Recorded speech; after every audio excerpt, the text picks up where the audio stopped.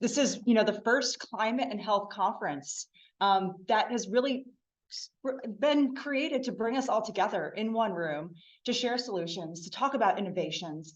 I think this is such an exciting space. And from where I sit, I direct the Global Consortium on Climate and Health Education, which nobody can ever remember. The GCCHE, we also call it the Gucci. And so that'll help you remember. And we are laser focused on how to build capacity among health professionals. And that includes doctors, nurses, pharmacists, public health professionals at all levels, from health professional training to public health officials who sit in our communities to people who run our governments and make decisions about this. We have a huge amount of capacity that needs to be built. And it's a really exciting space to be in, and there's so much innovation going on. So what we're going to do in this panel is we're going to be hearing from innovators in the climate, planetary health, and education space. We're going to be learning about initiatives that are happening around the country and around the world. And I think that this will lead to a really interesting discussion in terms of where we need to go from here and what are the next steps that we need to take. So with that, I'm going to introduce our first panelist, Eryn Campbell. Are you with us, Eryn? Hi, yes, I'm here. Welcome, take it away. Awesome, thank you.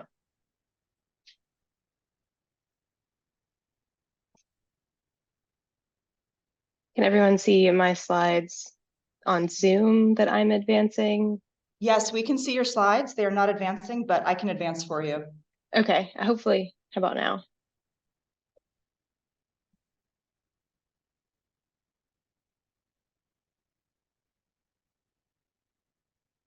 Okay, I think that's working. Awesome, thank you so much for having me today. My name is Eryn Campbell, and I am currently a postdoctoral research fellow with the Penn Center for Science, Sustainability, and the Media. But the work that I'm presenting for you this morning came out of my dissertation research that I conducted at George Mason University with the Center for Climate Change Communication.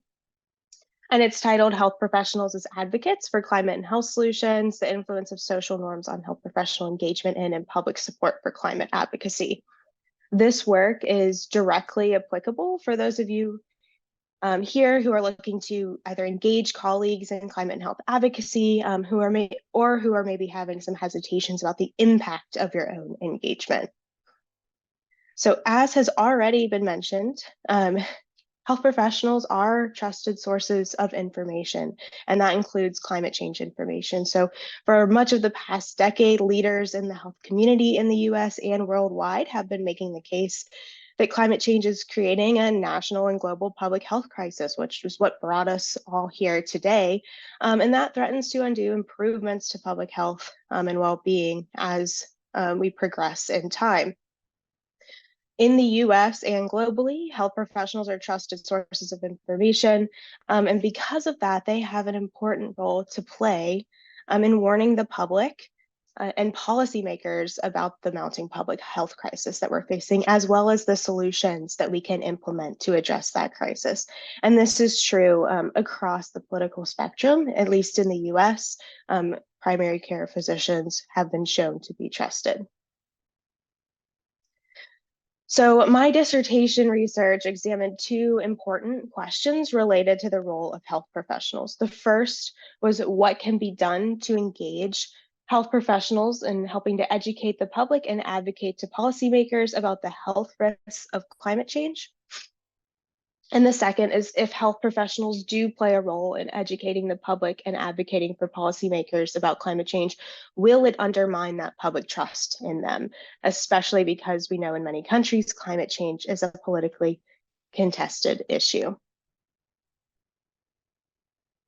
So with regard to my first research question, I was specifically interested in testing the influence of communicating this growing social norm. So how many health professionals are currently engaging in advocacy and education around climate change, and if that helps engage others to take action. So to do so, I conducted 6 different research studies, 2 surveys of medical societies, as well as 4 email experiments that I conducted with 2 climate and health advocacy organizations, one that's primarily based in the US and one that has a global reach. Two key findings came out of this first set of studies. So I found that providing this social normative information about the large number of health professionals who are stepping up to address climate change may indeed help encourage more health professionals to do the same. However, these findings were a little more suggestive than definitive, and this is in part because so many of the health professionals that were involved in this research were already those who were highly motivated to address the climate and health emergency. They were subscribed to these listservs, they were clicking on this survey link to put in their thoughts about climate and health. So it's possible that social normative information may even be more effective with less highly motivated health professionals. However, I did not test that specific hypothesis. I also found that health professionals were more likely to take direct actions that educate the public and policymakers about climate change themselves, rather than encouraging their peers to get involved. So within my studies, I either asked health professionals to sign a petition themselves or to invite a colleague to sign a petition. And because of this, more action was taken when health professionals could engage themselves, and that has implications for building kind of a climate and health advocacy coalition. So turning to my second research question, does engaging in climate and health education advocacy undermine public trust in health professionals? I conducted a large nationally representative survey of American adults, during which the survey participants were randomly assigned to one of 6 different simulated news articles about either a female physician or a group of physicians taking actions to educate members of their communities about the health relevance of a proposed oil pipeline in their area.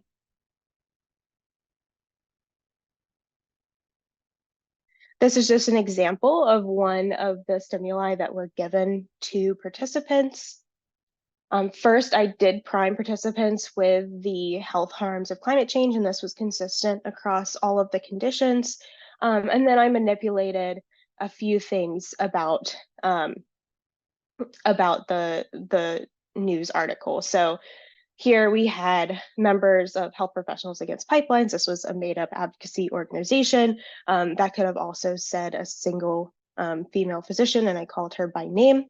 And I had 4 different actions that they were engaging with. So a control, simply supporting efforts to stop the development of pipelines, as well as educating the public about the health impacts of oil pipelines, advocating with policymakers about this issue, and engaging in nonviolent civil disobedience about this issue.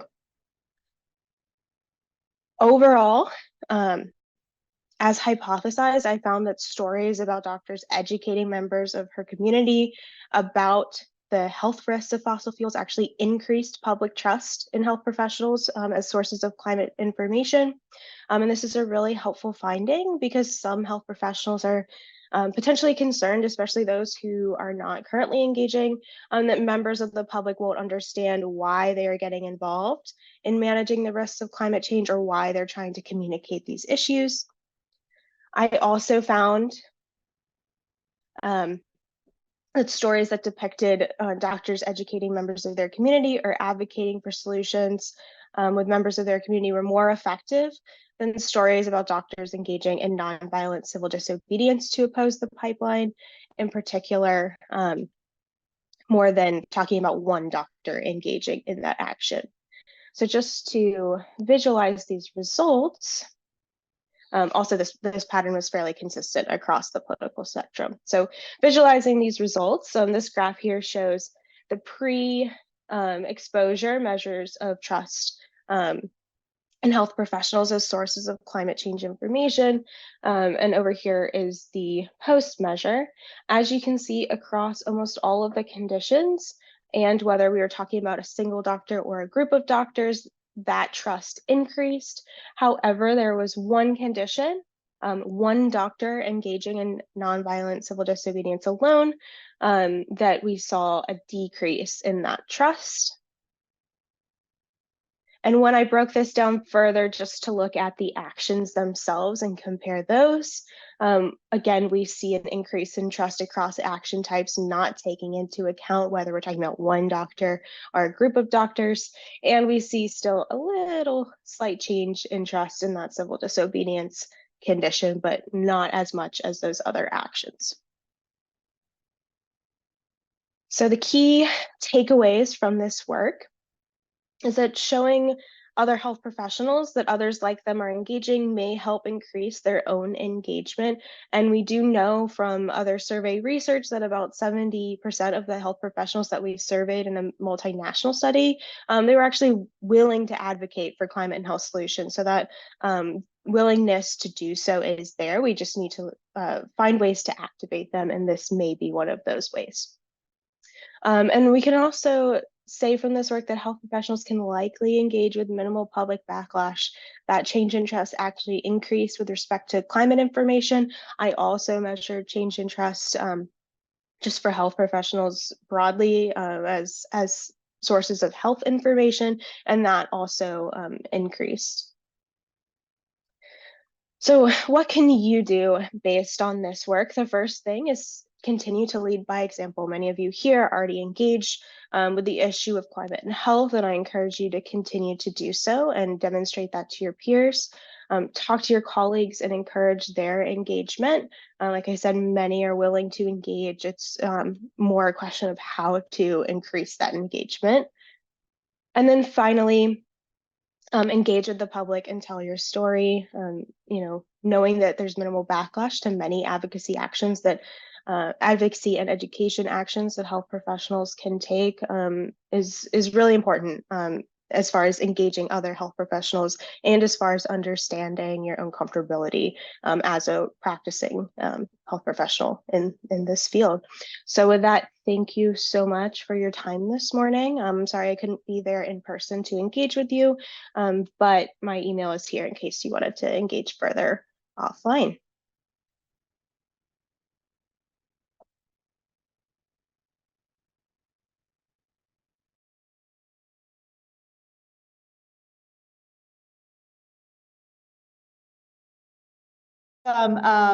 Ritu Parchure, who is joining us all the way from Mumbai, India. Thank you so much, Ritu.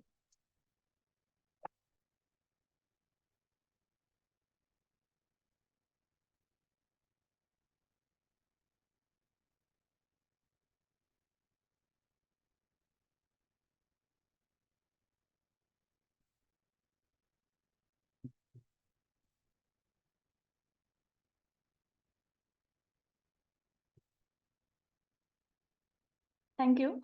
And before I start with my presentation, I'd like to thank the organizing team of this conference to make it happen so that I come here, participate, talk to all of you. And I'm really looking forward to the next 2 days of learning experience.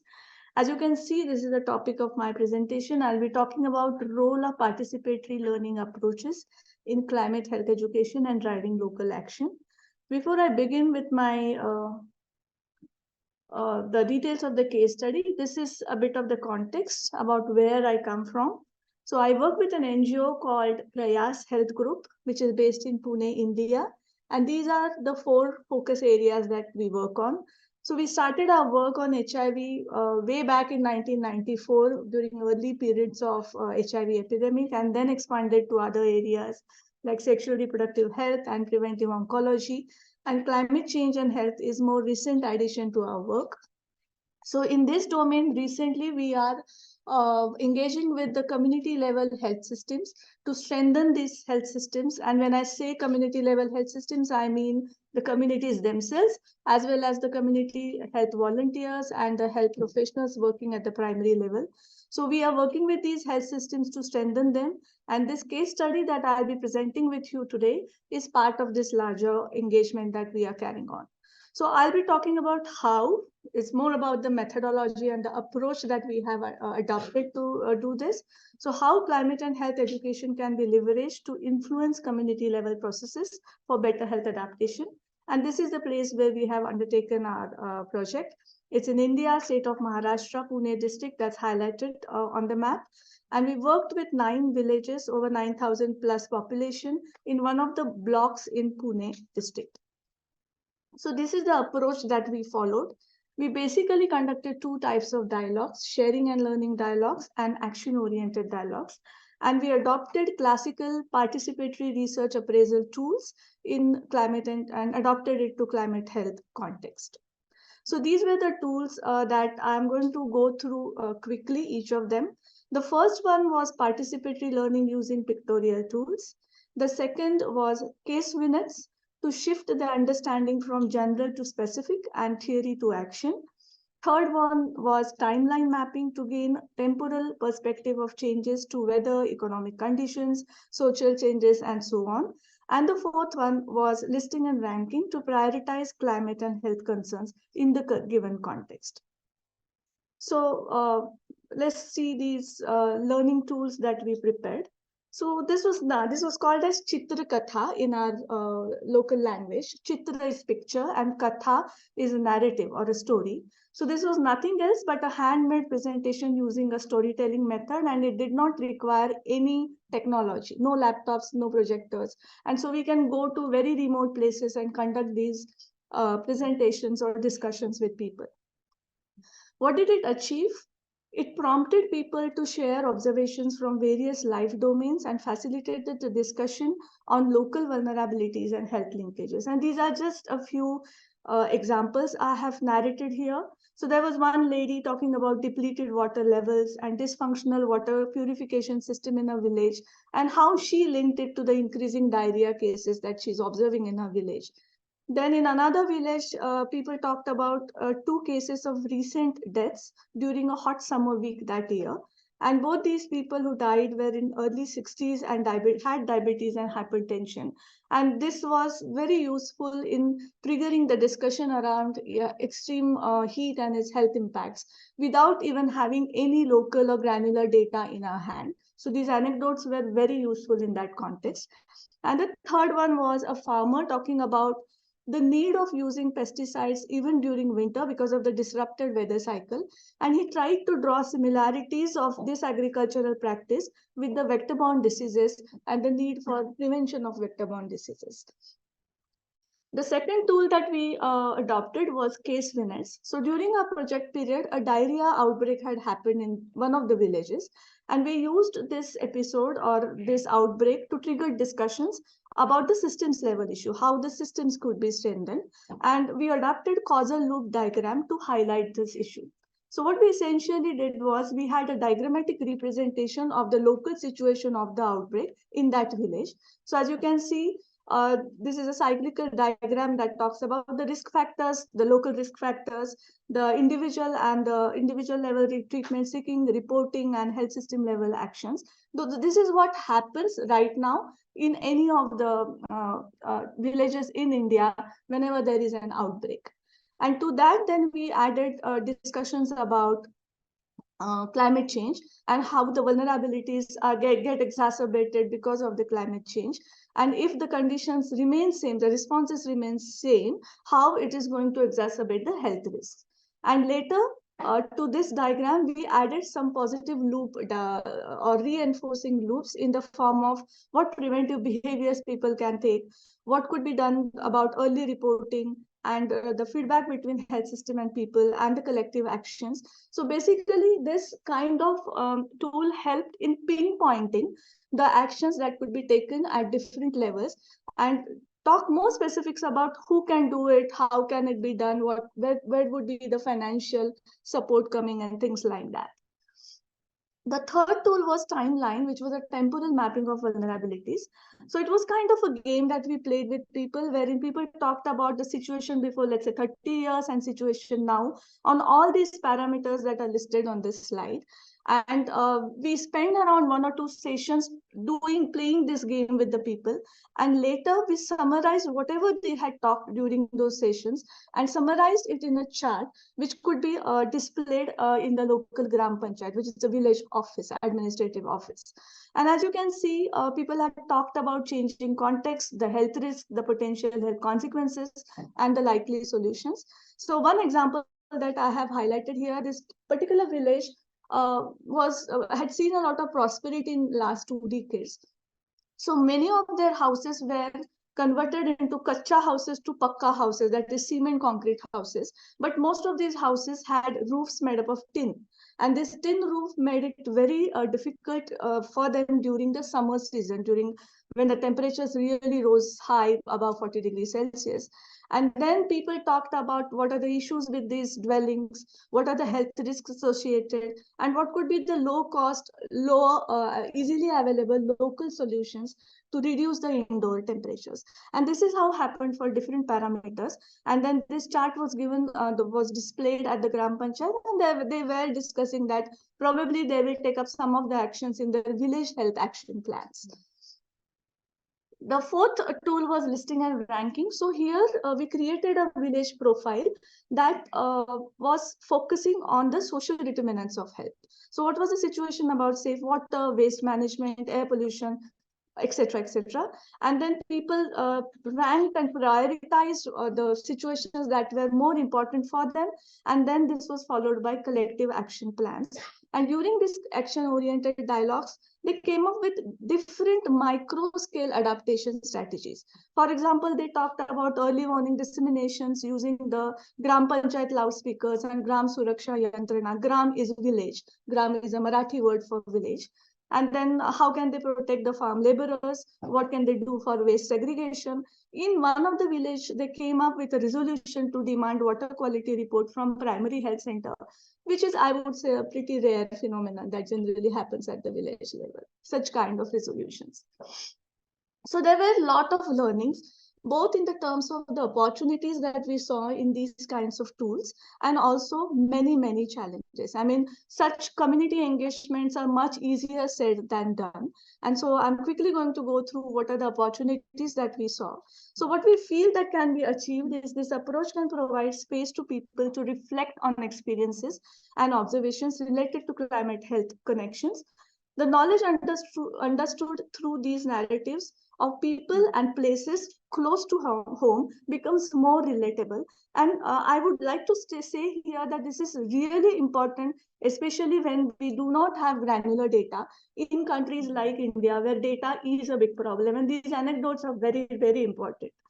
The third is it can facilitate a better comprehension of health adaptation, a concept that we feel very easy to read, but for people, it is a concept that is very complex, distant, and hard to imagine. Then it can provide scope for mutual learning and collectivization.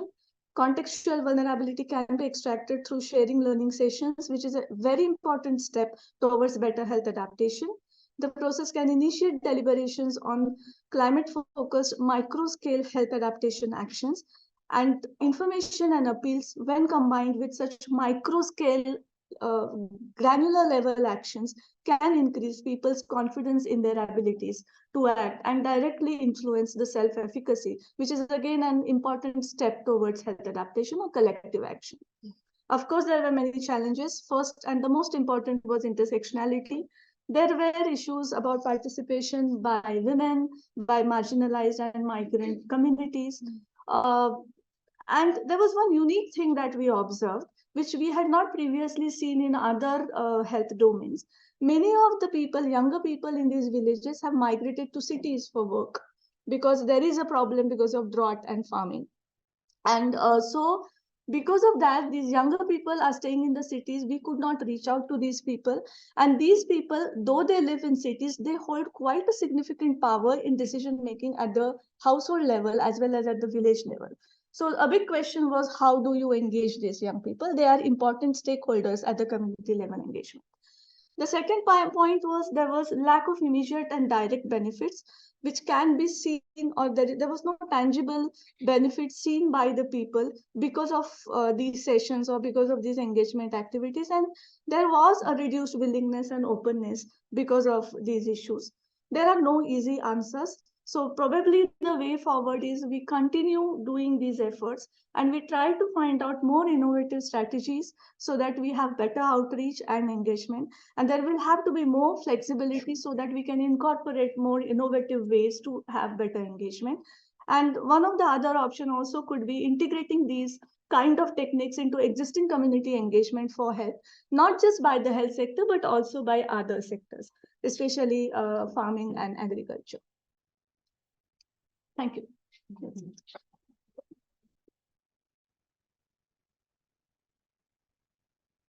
Thank you so much, Ritu. And I want to say we are going to hold questions to the end. We're going to hold questions to the end, but please keep your questions and we'll get to them soon. Next, I'd like to introduce Dr. Stefan Wheat, who will be talking about the Climate and Health Responder course.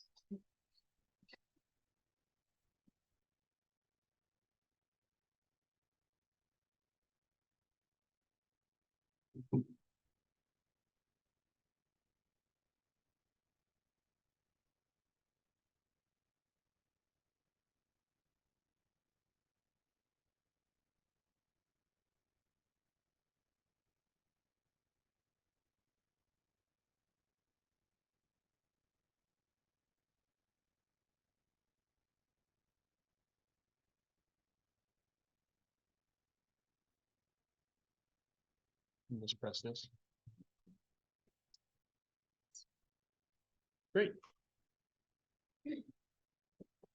Morning, everyone. Hi. My name is Stefan Wheat. I am an instructor of emergency medicine at the University of Washington. I am also a former climate change and health policy fellow at the University of Colorado. And through that fellowship, I got to work with the GCCHE very closely. And I'm going to be speaking to you a little bit about a program that I helped with, which was called the Climate and Health Responder course. Before I do that, I just want to briefly digress and tell you a story of why I'm really amped about this right now and why this is so important to me, the climate and health. And, you know, beyond that, I just want to say I'm really, really excited to be here and to see all of you here, because really, you know, seeing people that I know and people who I'm excited to meet in this field is really what keeps me going. But so I first have to give a caveat. I'm very tired because I got a red eye this morning, and I'm here and I'm excited to present to all of you.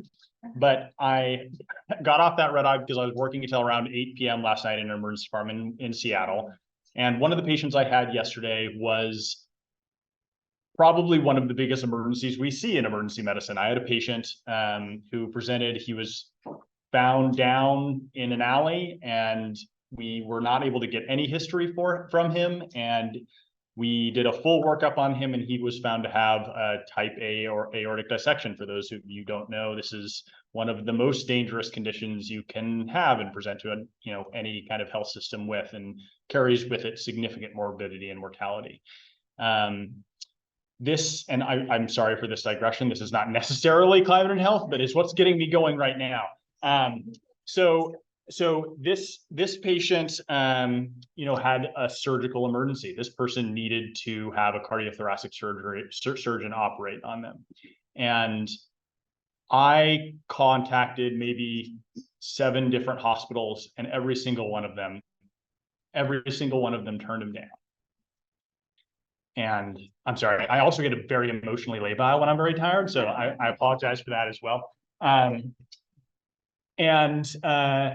He ended up stroking, and no one would take him.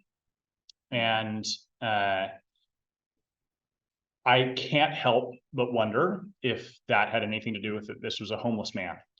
I'm not saying that there's any wrongdoing by any medical systems in this particular case, but I can't help but wonder if something different would have happened if this was a CEO of a company or someone with means. And when I think about why climate change is such an opportunity for us in healthcare, this is what I think about. I think about how climate change should be a catalyst for us to be able to provide the highest level of care to the people that are most vulnerable, including that man. So with that, moving on.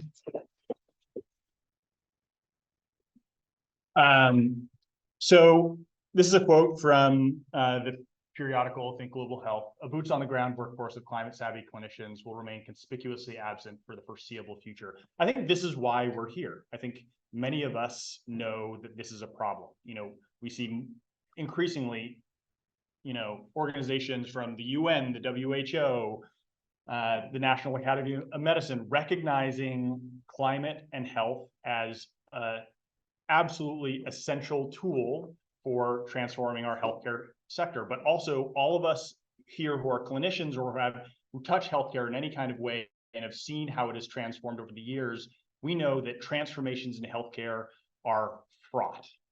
It's a challenging thing. And what we need are stakeholders, clinicians, who can advocate for our patients, make sure that that transition and that transformation keeps patients in mind. And that means that we need leaders like all of you who can help shepherd that transition. So our solution here was through the Climate Responder course. This was, so briefly, this was a course that was led by primarily by the Global Consortium on Climate and Health Education, but we had partners including the Climate Change and Human Health ECHO program and NOAA, who were both partners in this. And I'd like to thank Haley for all of her help, and Cece, of course, was leading this as well. And then Joanna Katzman from ECHO and David Herring from NOAA were instrumental in helping to develop and lead this program. But our approach to this was essentially this. We had 8 didactic type sessions, which are listed here on the left, detailing different issues around climate change and health to provide that like foundational knowledge. We coupled those sessions with skill sessions, which are seen here in the middle. Those were primarily run by the ECHO program, and those included sessions with standardized patients, interactive sessions where you could see what it looks like to interact with a patient around some of these issues. They also included tools sessions, so including resources for healthcare providers who are eager and interested in trying to teach this this content to their own learners. And then finally, we had student sessions, which you see down on the left. Those did not include sessions there were not student sessions for every single one, but we had student-led sessions, which were small group, interactive, and also dealing with issues that were related to some of the didactic and optional skill sessions, just to help build on that knowledge specifically for a student audience. Running through our results, in terms of our demographics, we had people from all over the world. We had primarily people from the United States, but we definitely had representation from people elsewhere. We also had, for people who responded to our survey, it was a predominantly female audience, but there was a good mix of male and female participants. In terms of the disciplines that people came from, we had people from the public health sector, from specialty care medicine, primary care, people who were educators, administrators, first responders, really from many different disciplines of people who interact with patients or whose jobs are to improve public health. And so it was great to see how many different people from different disciplines participated. And these are some of our results. So our first question, or our first goal for these sessions was to try to see if through these sessions, we could increase provider-patient interaction. Are you interacting or talking with your patients more around these issues? And what we saw here and what this graph illustrates is that over the course of the survey, and we took surveys before the start of these sessions, we took a post-survey 2 weeks after the completion of the eight-week course. And we had a 6-month post survey to see if there was sustained benefit as well. And what you can see is that the trend was all towards increased engagement. So more people saying that they sometimes or frequently engage with their patients around climate change in their clinical practice. And then specifically in terms of, building that workforce of clinicians and health professionals who can help lead this field and teach others and go back to their institutions and teach their own students, we asked 2 questions. Can we increase motivation to teach around climate change and health? And can we improve confidence of teaching around and training others around aspects of climate change and health? And what we saw was that that after completion of this course, the majority were at least somewhat or very motivated to teach around climate change and health. And we also showed increase in confidence in teaching around climate change and health as well. So what this means, so our kind of take-home messages here. So I think, first of all, we have to recognize that health professionals are essential stakeholders for patient-centered and transformative patient-centered transformation of the healthcare sector. We need to upscale our outreach to empower more health professionals to be leaders in their own institutions. I think what we showed and what we felt confident in saying after this course is that distance virtual learning like this course can be an effective tool for accomplishing that, for accomplishing an improved outreach to a broad audience. And then finally, that climate and health education was really made to be interactive. We can have didactic sessions, but there are ways to make this interactive and engaging for our audience, even through a virtual platform. So our tool sessions, our standardized patient sessions, and our student sessions, these were designed to pull people in and have them ask questions and participate in the learning they were participating in and engaging in through the didactics. And then finally, I think it's important to just make room for students. I think that was something that was important for us in this course. It's something that we went out of our way to make sure that we had room for a space where students could ask questions and interact and work with people who were more seasoned or who had more experience in this field to bolster their confidence as well. So that is it, and I'll turn it over. Thanks so much, Dr. Wheat. Next, we'll hear from Samantha Green. Samantha, I'm Leslie. I'm the code. I know. Nobody breaks. Come on up. Take it away. I just have a question. If somebody wouldn't mind taking a couple of photos while I'm speaking, that'd be awesome. Thank you. That's it. Yeah. So I think the confusion is that Samantha, who is my coordinator of this program I'm going to tell you about, was the one who submitted the abstract. So that's why you have her name. And I'm really bad at self-promotion, so our names aren't even on the presentation, but you can find me later. I'm presenting tomorrow as well. So just while we get this going, thank you. I'll share that I'm a naturopathic doctor, so I might be the only one in the room. Any other NDs here? Oh, you're not. Oh, amazing. That's wonderful. It's unusual to have other NDs in these spaces. I'm also Canadian, so that also makes me very strange. So maybe the nonviolent direct action thing, I don't know, is it the Canadianness, is it the ND-ness? I'm not sure. And I would say that the unhoused individual with the aortic aneurysm would not have been turned away in Canada. So shout out to socialized medicine. Not to say that it's perfect, We talk about free universal healthcare, which of course is not. A lot of things are missing in the Canadian healthcare system as well, including naturopathic care, which is relevant to the program I'm going to tell you about. But we also know that healthcare and health is influenced by so much more than just the healthcare system. We're all here because we care about ecological determinants of health, and those social and ecological determinants, as we know, depending on some estimates, could be up to 75% of the influence on an individual's health. And we know that in all healthcare systems there are huge gaps, especially in terms of vulnerable individuals.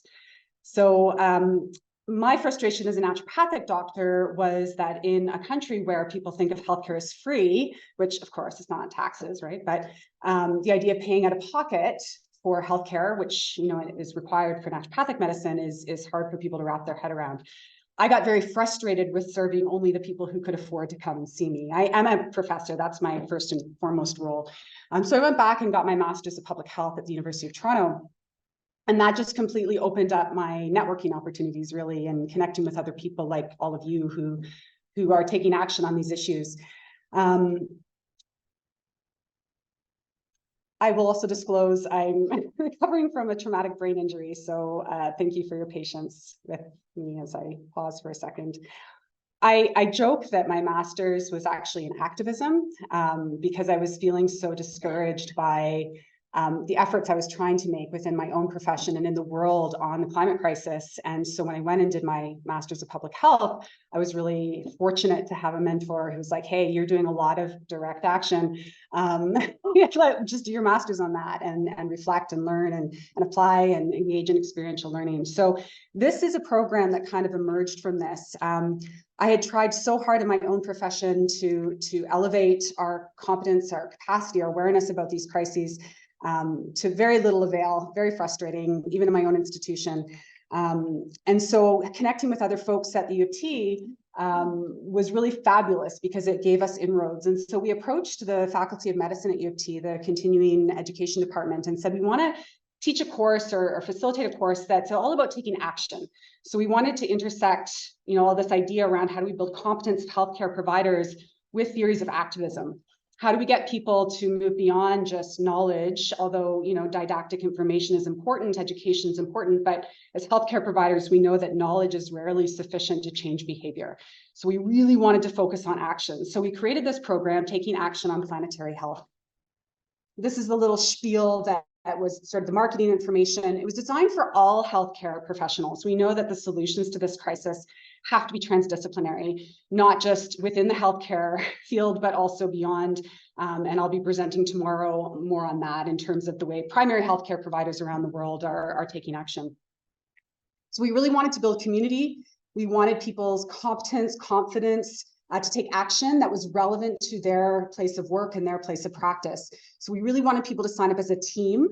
We actually had one group that did do that, and everybody else signed up as individuals, and we had to sort of create teams for them based on affinity, and that was an interesting experience.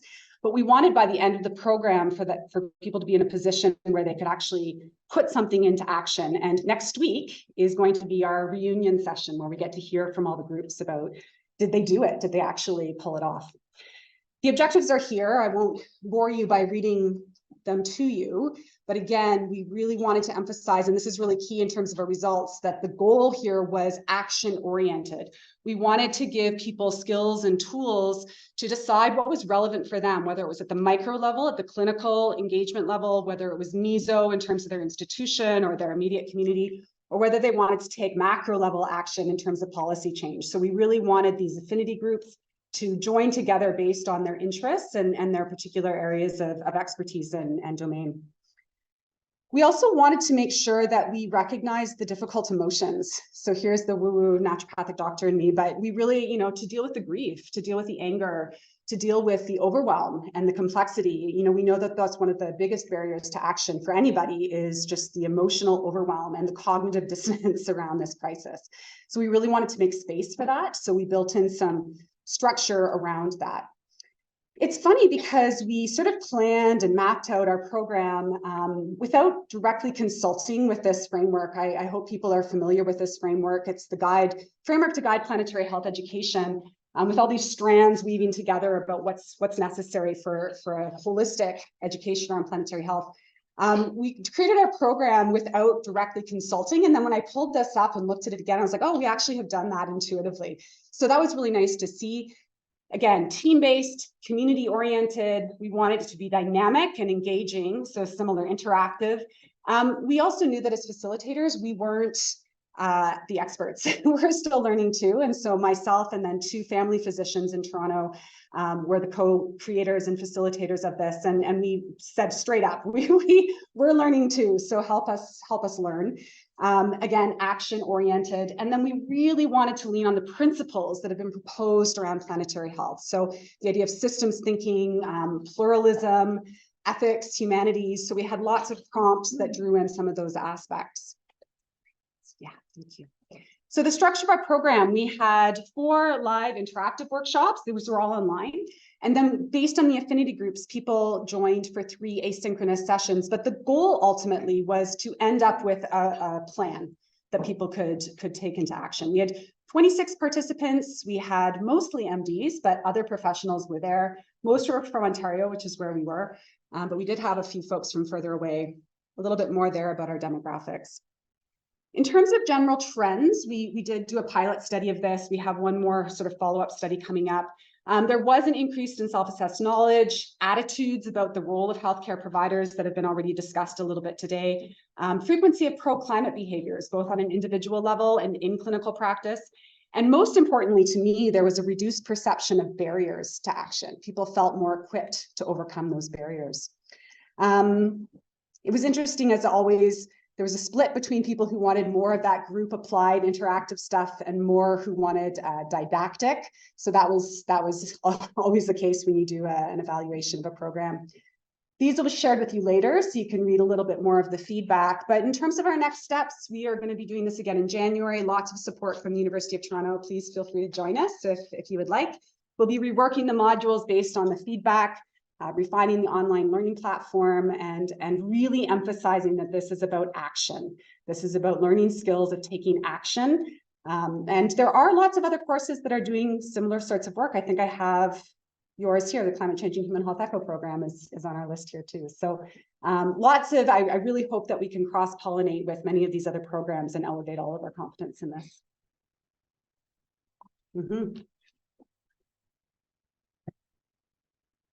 Thank you so much.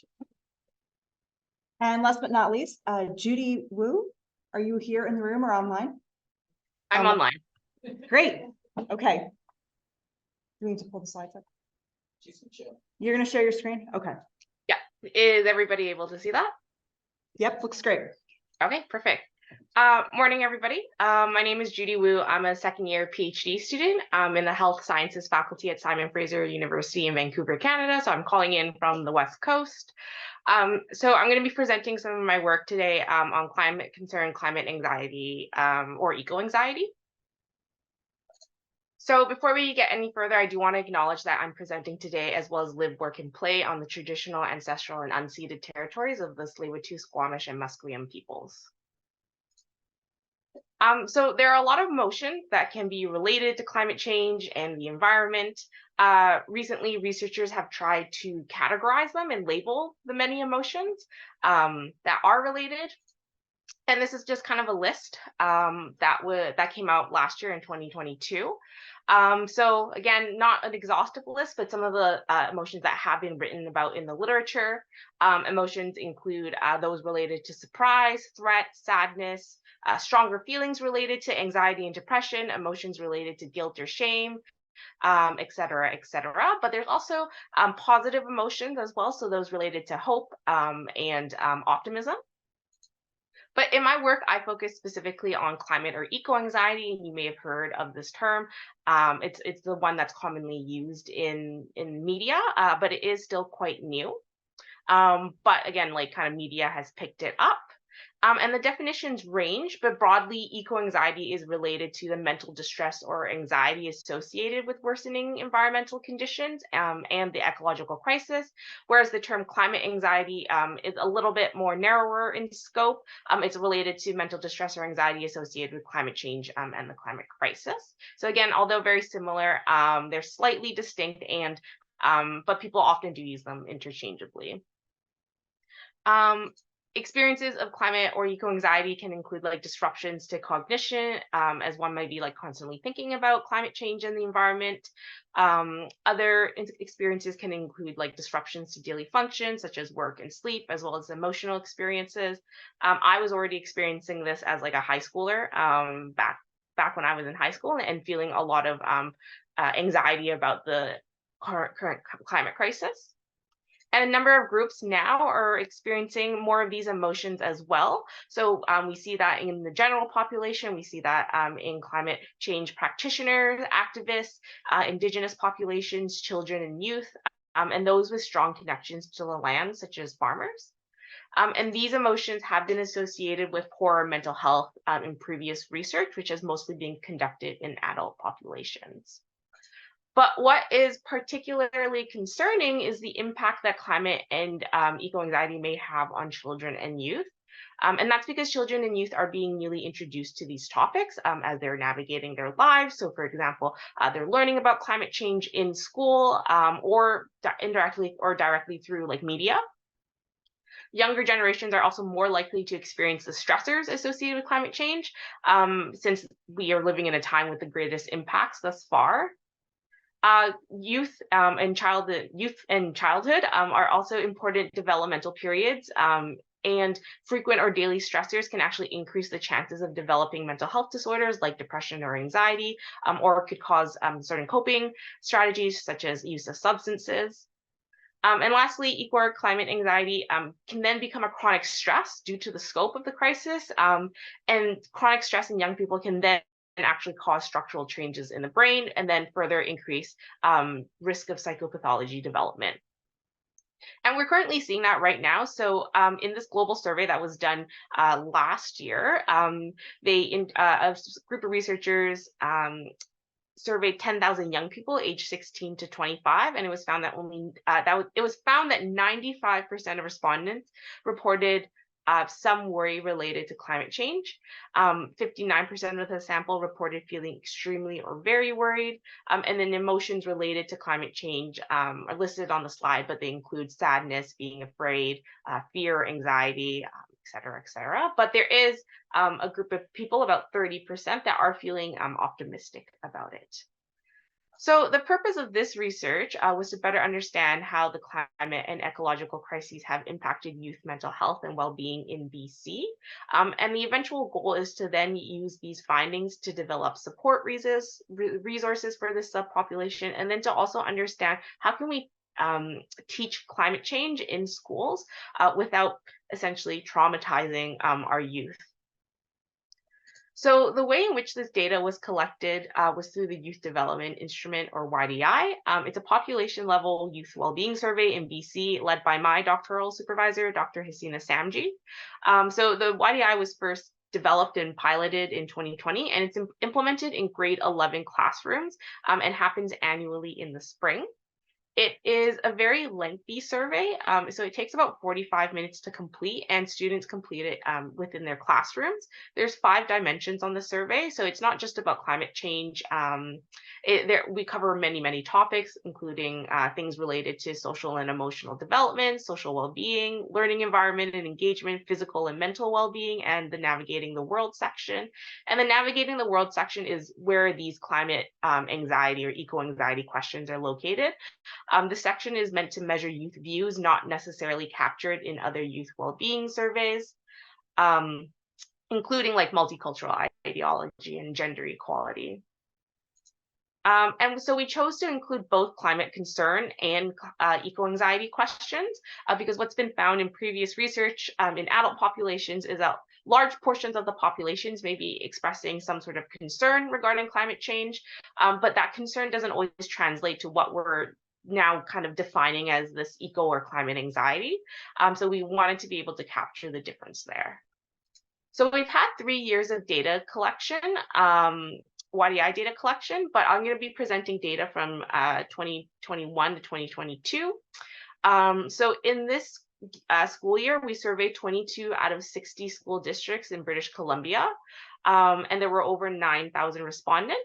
But in our most recent round of data collection, so this past spring, we actually have over 15,000 responses, and we're still working on collecting that data, or sorry, not collecting, analyzing that data. Here are the demographic characteristics of our sample. So we ask about ethnicity according to categories on the Canadian census. We also measure gender identity with female and male identifying response options, as well as an open text box for those who choose to identify in another way. And this is the climate concern section. So it has 3 items. The first 2 items read as regarding climate change, I feel the threat should be taken more seriously. And regarding climate change, I feel that I am worried about its consequences. And as you can see from the data, there is a high percentage of youth who agree with these statements. And we also see that in the third question as well regarding climate change. I feel that it is a phenomenon that is harmful to humans and nature. So about almost 80% of students agreeing with this prompt. And these questions were taken from a previous survey that had some factor analysis and validation that was done on this. But to assess eco-anxiety, we used a recently developed scale called the Hogg Eco-Anxiety Scale, and this is the following prompt. So over the last 2 weeks, how often have you been bothered by the following problems when thinking about climate change and other global environmental conditions, including global warming, ecological degradation, resource depletion, species extinction, ozone hole, pollution of the oceans, deforestation? And the full scale is actually 13 items long. So this is a list of the 13 items, and it's across 4 factors, including affective symptoms, behavioral symptoms, rumination, and anxiety about personal impact. However, as I mentioned, the YDI survey is already so long that we weren't able to include an additional like 13 items related to eco-anxiety. So we really had to try and cut down on the number of questions that we included on this topic. So what we did was we consulted with our Youth Advisory Council to see if we could shorten the survey by picking out which questions were the most relevant for youth. And when we consulted with them, they picked these items in red. So from the affective factor, our Youth Advisory Council, or YAC, they chose feeling nervous, anxious, or on edge. From the rumination factor, they chose unable to stop thinking about future climate change and other global environmental problems. From the behavioral symptoms factor, they actually chose all 3 of them: difficulty sleeping or concentrating, difficulty enjoying social situations with family and friends, and difficulty working and or studying. And then from the last factor, they chose feeling anxious that your personal behaviors will do little to help fix the problem. And I think the difference in what they thought was relevant to their own lives highlights that there is a difference between adults and youth when having these like mental health impacts on climate change. So it looks like, based on this focus group that we kind of did, youth are more likely to relate to the behavioral symptoms rather than perhaps more of the rumination or affective symptoms associated with eco-anxiety. And response options are here on the slide. Not at all, several of the days, over half the days, nearly every day. So from our data, the most commonly reported experience of eco-anxiety was feeling nervous, anxious, or on edge, with over 40% of respondents reporting having some experience of this within the past 2 weeks. Notably, 14.3% of respondents indicated experience over half to nearly every day. Over 30% of students reported feeling unable to stop thinking about future climate change and other global environmental problems within the past 2 weeks, with nearly 10% of students feeling this over half to nearly every day.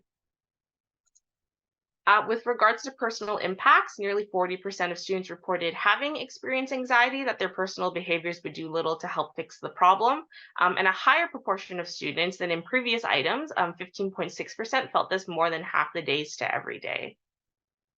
So we calculated a composite score using the 6 eco-anxiety items. So if students responded with not at all for any of the 6 items listed on the slide, they were given a score of 0. If they answered several of the days for one item, they were scored with a 1, and so on and so forth. So we added up all of these scores.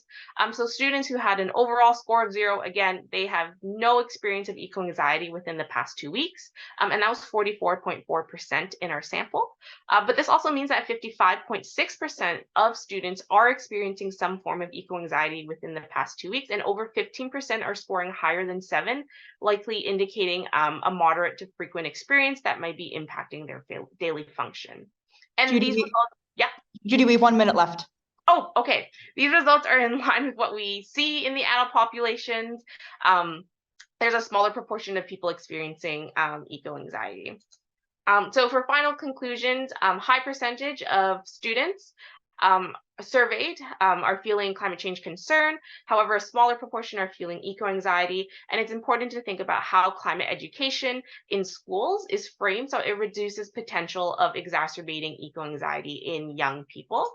And future work is going to be looking at, well, the work that I'm going to be doing for my dissertation is going to be looking at associated factors and subpopulations. We're going to be also conducting qualitative interviews with youth to, again, get further information on these quantitative findings, understand, again, how climate change can be presented at the primary or secondary level to reduce these eco-anxiety feelings, and then also develop support resources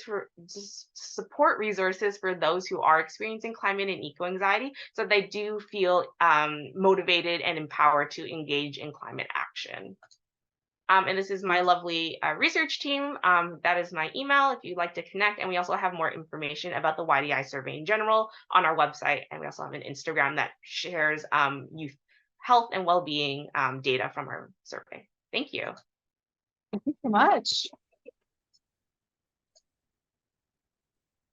And thank you to all our panelists for these presentations. It's just so invigorating to see how many different programs are being run and how we're gaining so much information about how we can best educate health professionals, what some of the challenges are, and how we can overcome those challenges. So we have about 10 minutes right now for a Q&A. Apparently there's like some button on your desk. So if you have a question, please raise your hand and I think you'll be able to come off mute. I'll take our first question from the front and maybe say your name first. Oh, sure. Beth Mallow from Vanderbilt in Nashville, and I had a question for Eryn, but anyone can answer.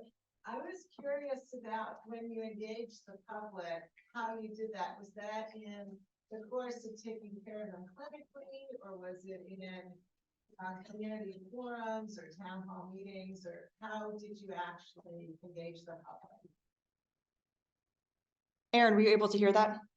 I think I got most of it. So I think the question was asking how I engage the public in my studies. So I actually just ran a survey experiment with vignettes showing different news articles about health professionals taking those actions. So there was no direct engagement in community forums.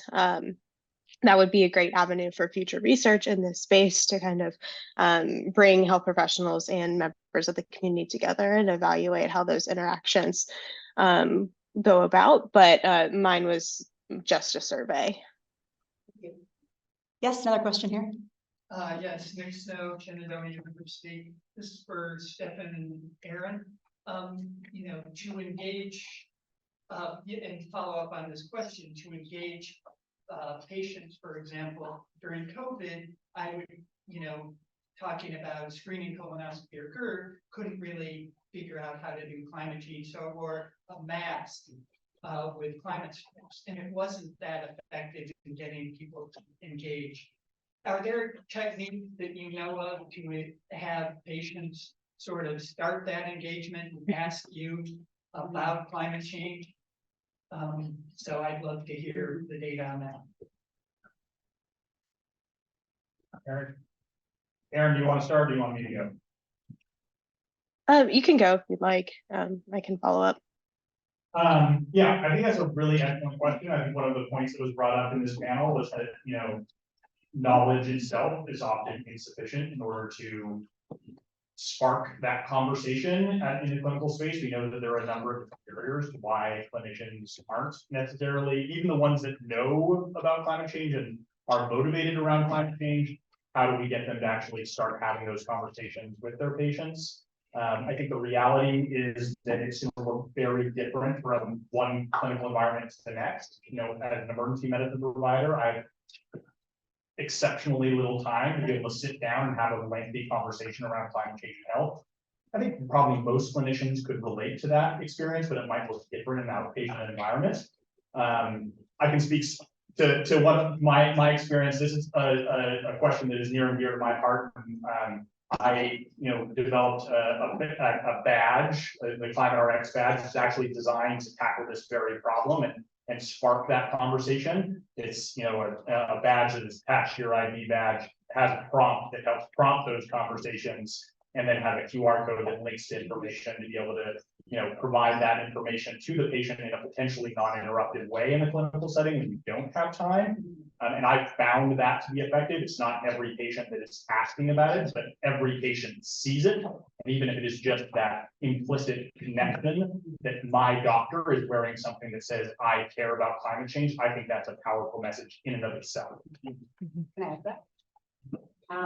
Just to add to that, in terms of, I don't know what your clinical context is, but if there's like a waiting area, I find that when clinicians make sustainable choices within the clinical space, communicating that, like, it's nice for us to do it, if we, divested from fossil fuels in our finances, and if we, reduce, fossil fuel use in the space, and have done sustainability strategies in terms of delivery, being explicit about that and explaining why we've done that, and putting signs and materials in the waiting area to say, we've done this and this is why I act with more. And by the way, QR codes are great. Here's a link to a website of steps you can take.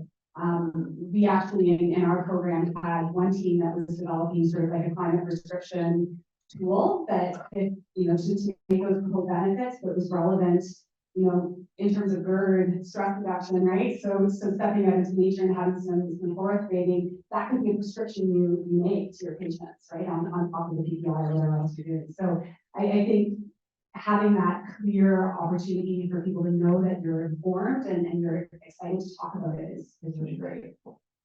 Thank you. Did you say forest bathing? Forest bathing. I love that. Yeah. Forest bathing is a Japanese term. That's beautiful. I think we got a follow-up up here. I was going to grab this one, Sorry. Dr. Hospitalis first, then we'll go to the back. Thanks. Three quick questions in reverse order. Judy, you made me feel even more eco-anxious than I normally feel. You did not give me a prescription, so what's the best treatment? Forest bathing. Well, and then for Stefan, when we've had major public health problems before, we have major public health education campaigns. Is there any talk in this country of having a public health education campaign on climate health? And for Ritu, since I live in the tropics, I know about tin roofs. What did the villagers suggest as practical measures to deal with the problem? Okay. Let's start with Ritu. Okay. There are a few things that they talk about to reduce the indoor temperatures. First is giving this albedo painting on the roofs. Then doing haystacking, putting up the straw, this thing on the roof, improving the ventilation, and well, there are not many more options other than that. Yeah. Because most of these households do not have access to any cooling mechanisms. They have fans, ceiling fans, but because of the electricity is very irregular out there, that is of very limited. And Stefan, do you want to take the question of, is there going to be a major public health campaign around climate and health? Sure, hope so. I think probably what we see and what I showed in my results is that the group that is often the most interested in educational campaigns around this topic are public health professionals. I think, most of, probably everyone on this panel who engaged with different public health, different health professionals could, relay that same message. I think that shows, obviously there's a lot of hunger and desire for more of this.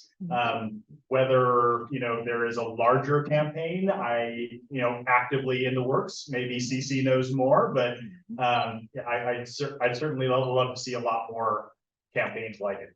Thanks. And to Judy, any solutions regarding how can we decrease eco-anxiety as we're educating about climate change?